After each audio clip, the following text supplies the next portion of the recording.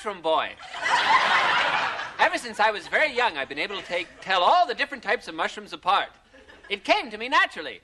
Why, when I was 12, I went on a national TV talent show and identified 36 types of mushrooms blindfolded. All Belgium was enraptured with me. I won a case of truffles and a pet pig, and I was sent out on a tour of all the biggest mushroom farms in Europe. Why, I even had a soup named after me with my face staring right out at you from the label. Oh, though, too bad, I gambled all my money on a new health product. This, muffin juice. The unfiltered juice of freshly squozen muffins.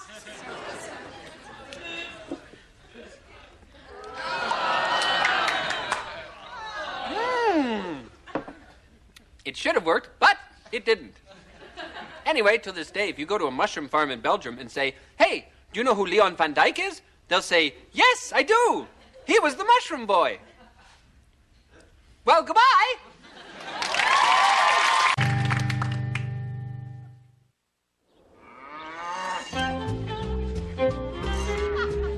On the subject of me. At the age of 10, I became convinced that I was the lead soprano for the New York Metropolitan Opera. Nothing could dissuade me, until the Times tore me to shreds.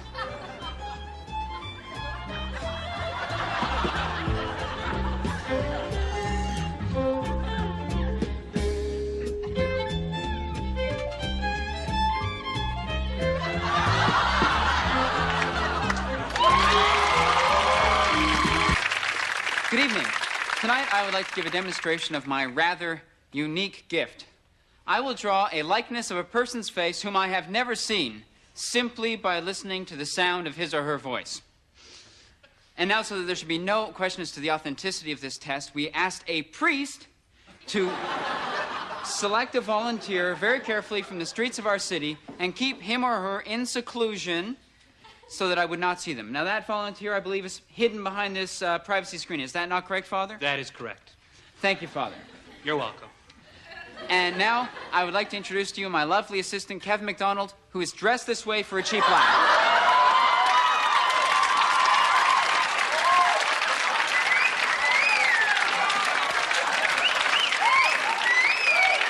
Thank you. Now, let's get started. Sir or madam, can you hear me? Yes, I can. Okay. Already I've determined that you are a man.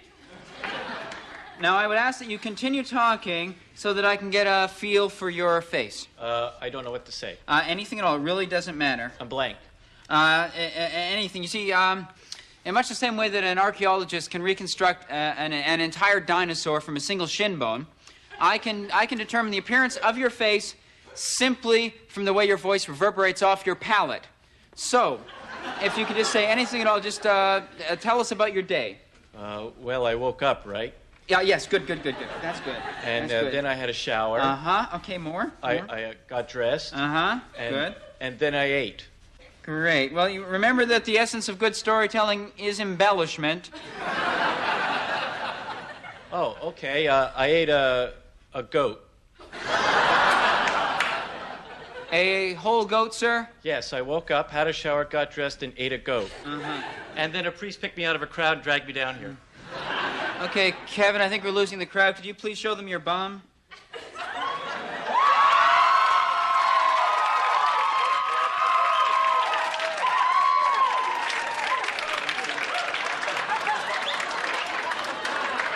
Fine. I'm done. I think the moment has come that I think we've all been waiting for.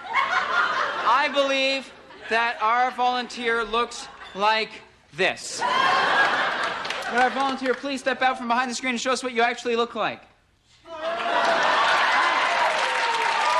wild? Is this wild? Thank you very much. Thank you.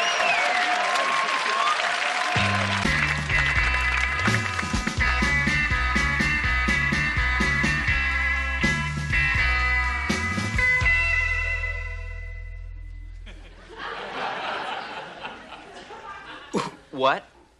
Are you kidding? Are you pulling my leg till my ears don't work? Let me get this straight so I can laugh till I get old and die. You want me to work for minimum wage? right? And let me guess, you get the rest of the money? Say, maximum wage? Oh, do I get to wear a paper hat, too? Minimum wage. Maybe I missed something, but I thought Abraham Lincoln had freed the slaves. And even slaves didn't have to pay off their student loan. You know what? It's my fault. It truly is. See, I should have checked the mirror before I left the house this morning because I obviously have the word dork stenciled on my forehead. Minimum wage. Do I want to work for as little money as is legally possible? Let me carefully consider your offer. Oh, I've got the answer here in the pocket of my $350 suit jacket.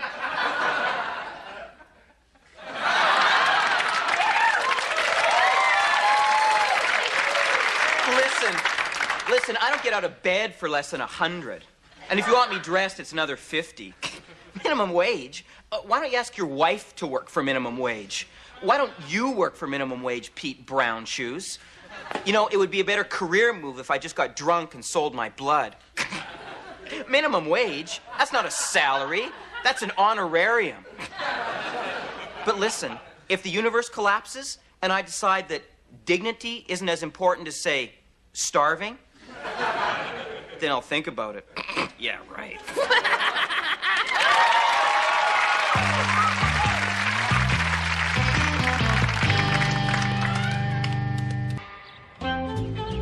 On the subject of me.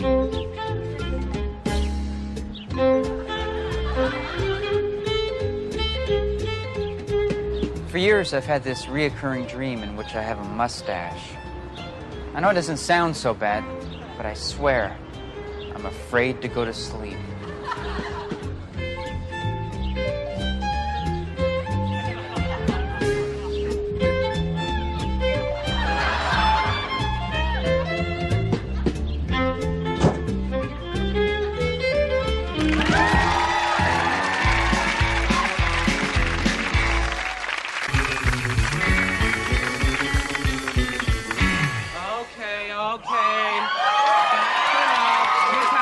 Okay, it's shooters. Shooters, yes. Weren't they lovely? You had enough of them. Off we go.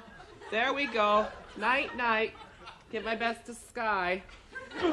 Oh, jeez. It's times like this, I just don't want to be a faggot. Sorry. Excuse me for sounding bitter, but I am. I just broke up with my lover, Zeke. I think he was cheating on me. His nickname for me was Next. So, I picked myself up, dusted myself off, swallowed my pride because it's still safe.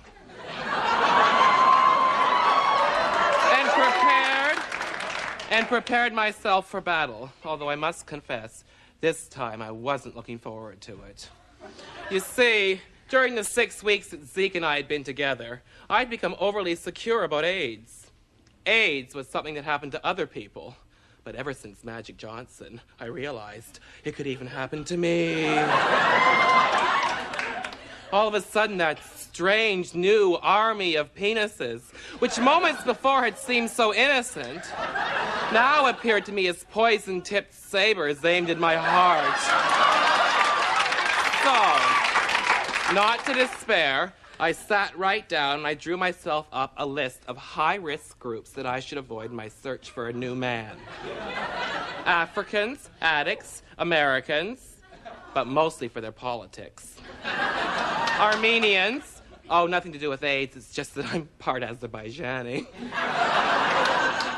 An hour later, I was still in the bees. By the time the sun came up, my list was completed, and everybody had been eliminated except for one. A certain Miss Eleanor Parisi, an 83-year-old virgin in perfect health who lived at 64 Pine Avenue. So I rang her up. I think she'd been expecting my call.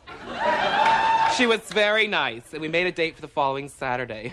By the time Saturday night rolled around, I was as nervous as a long-tailed polecat in a room full of rocking chairs. At 7:30, I rang her doorbell. She greeted me at the door. An absolute vision, in a blue house dress, smelling faintly of rose water. She invited me in. She had to. The neighbors were throwing rocks at me.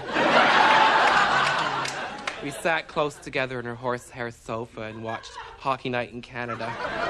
She let me pet her cat. If you think I'm gonna make a pussy joke, you're sadly mistaken.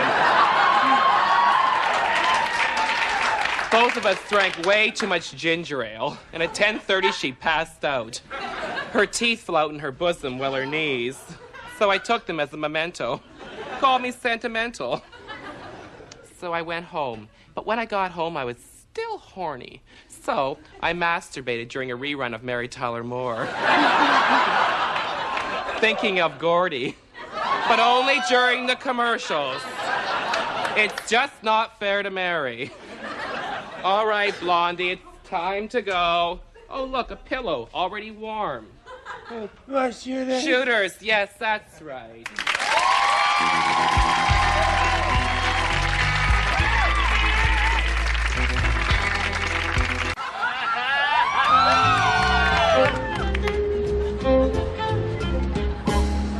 On the subject of me.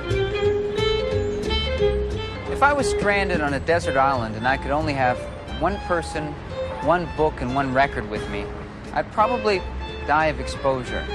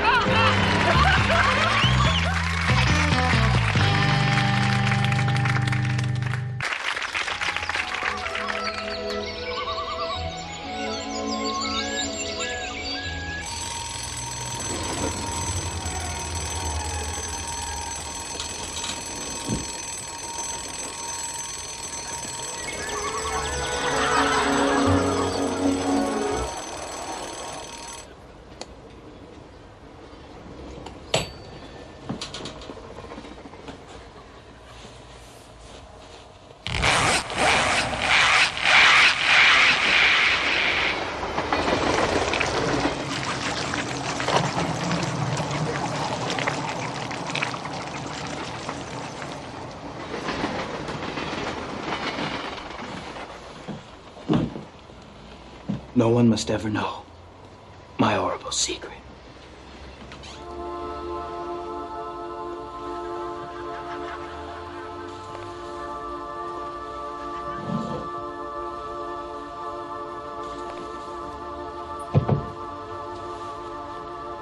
My secret I will take to the grave.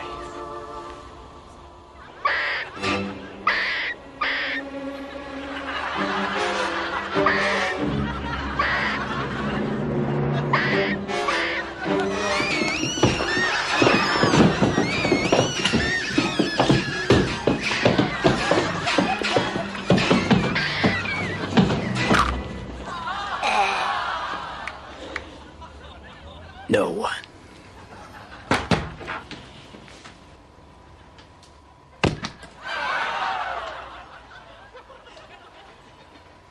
I dropped my shampoo.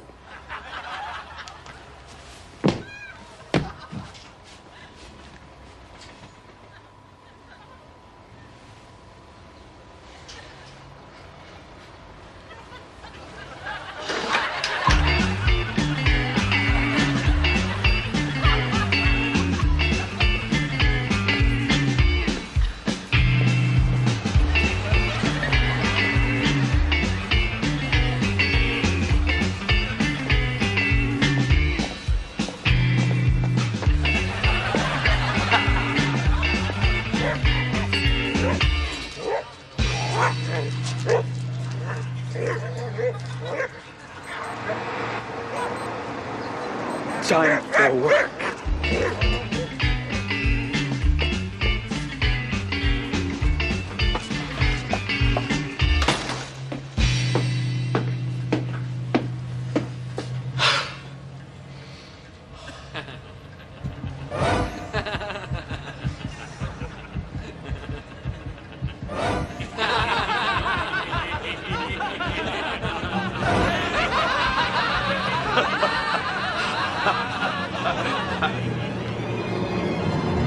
You think this wig's a good one?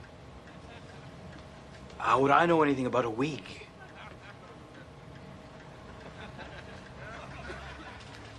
Is this a real wig or synthetic? How would I know? Time for me to get a haircut. Store's closed, which means you all have to leave soon.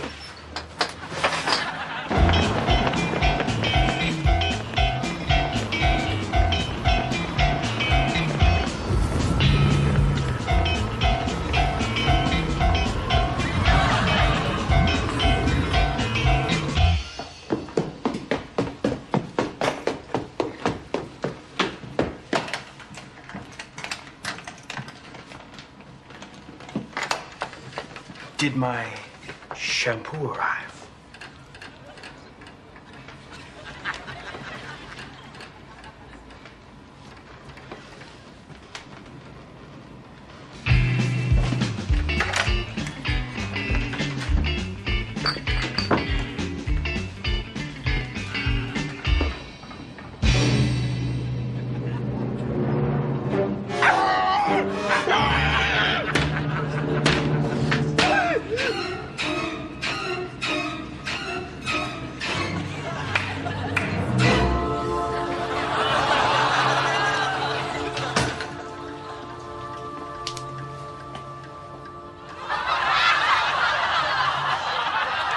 No one must ever know my secret, or else it wouldn't be a secret.